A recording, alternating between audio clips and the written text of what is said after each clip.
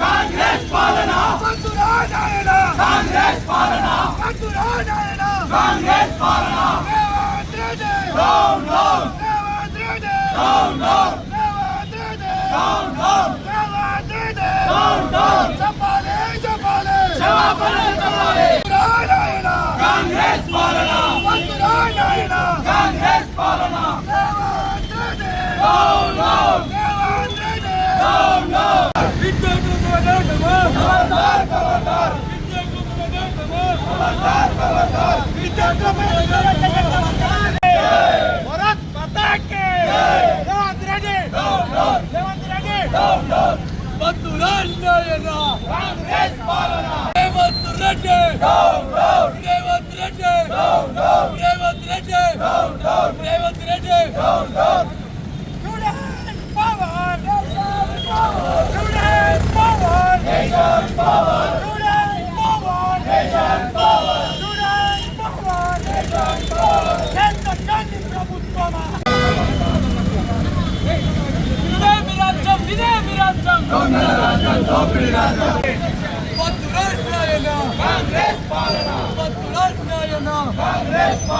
విద్యార్థులతో చెలగాటమా విద్యార్థులతో చెలగాటమా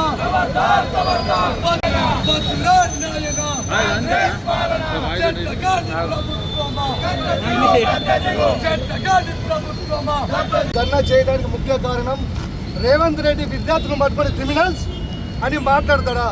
విద్యార్థులను ఏమనుకున్నావు? రేవంత్ రెడ్డి బాగా బలిసి కొట్టుకుంటున్నావు, నువ్వు గడ్డ మీద ఉన్నావు, నువ్వు దించేదాకా విద్యార్థులు ఏం చేస్తారో చూపిస్తాం మీకు. బీజేపీ ద్వారా స్టేట్ బీజేపీ ద్వారా మేము ధర్నా చేయడానికి చేస్తున్నాం. మేము ఏదైనా సరే మీరు గద్దె దిగాల్సిందే, దింపుతాం.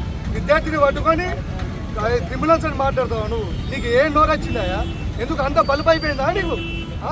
అంత చాదనంతరంగా కనబడుతున్నావు విద్యార్థులు అంటే. స్టూడెంట్ అంటే మీకు అంత చులుగానే అయిపోయిందా? చూపిస్తాం స్టూడెంట్స్ పవర్ ఏందో, బీజేపీ పవర్ ఏందో రానున్న రోజులలో ఖచ్చితంగా చూపిస్తాం. నిన్ను గద్దె దించుతాం అని కోరుకుంటున్నా. ఈ యొక్క ధర్నాకు మన జిల్లా అధ్యక్షుడు మన శేఖర్ రెడ్డి గారు ఏదైతే రేవంత్ రెడ్డి స్టూడెంట్లను పట్టుకొని క్రిమినల్స్ అనుడు, అప్లికేషన్ రింపర్ అనుడు, అసలు ఇది స్టూడెంట్లేననుడు, ఇది ఎంత దారుణం అంటే ఆ యొక్క రేవంత్ రెడ్డి కళ్ళు కనబడతలేవా? ఫీజు రియంబర్స్మెంట్ ఇచ్చే తెలివి లేదు. లక్షల 12,000 కోట్లు బకాయిలు ఉన్న కాంగ్రెస్ ప్రభుత్వం ఇంత సిగ్గు లేదు మీకు.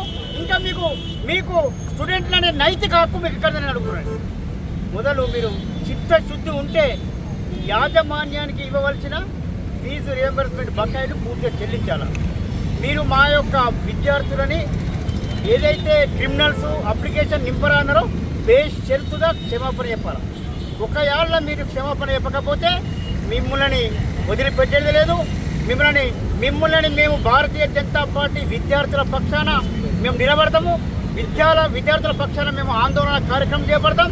ఈ యొక్క కార్యక్రమాన్ని స్టేట్ వైజ్గా కూడా నడుస్తున్నది. దీన్ని ఈ యొక్క రేవంత్ రెడ్డిని గద్దె దించే వరకు ఈ స్టూడెంట్ వైపు నుంచి మా భారతీయ జనతా పార్టీ మేము మద్దతుగా నిలుస్తూ వాళ్ళ కోసం మేమందరం ఆందోళన కార్యక్రమం చేసి రేవంత్ రెడ్డిని మెడలు వంచి ఆయన సారీ బేషరతుగా సారీ చెప్పు, లేకపోతే నేను నిలబెట్టే ప్రసక్తి లేదని తెలియజేస్తూ ఈ అవకాశం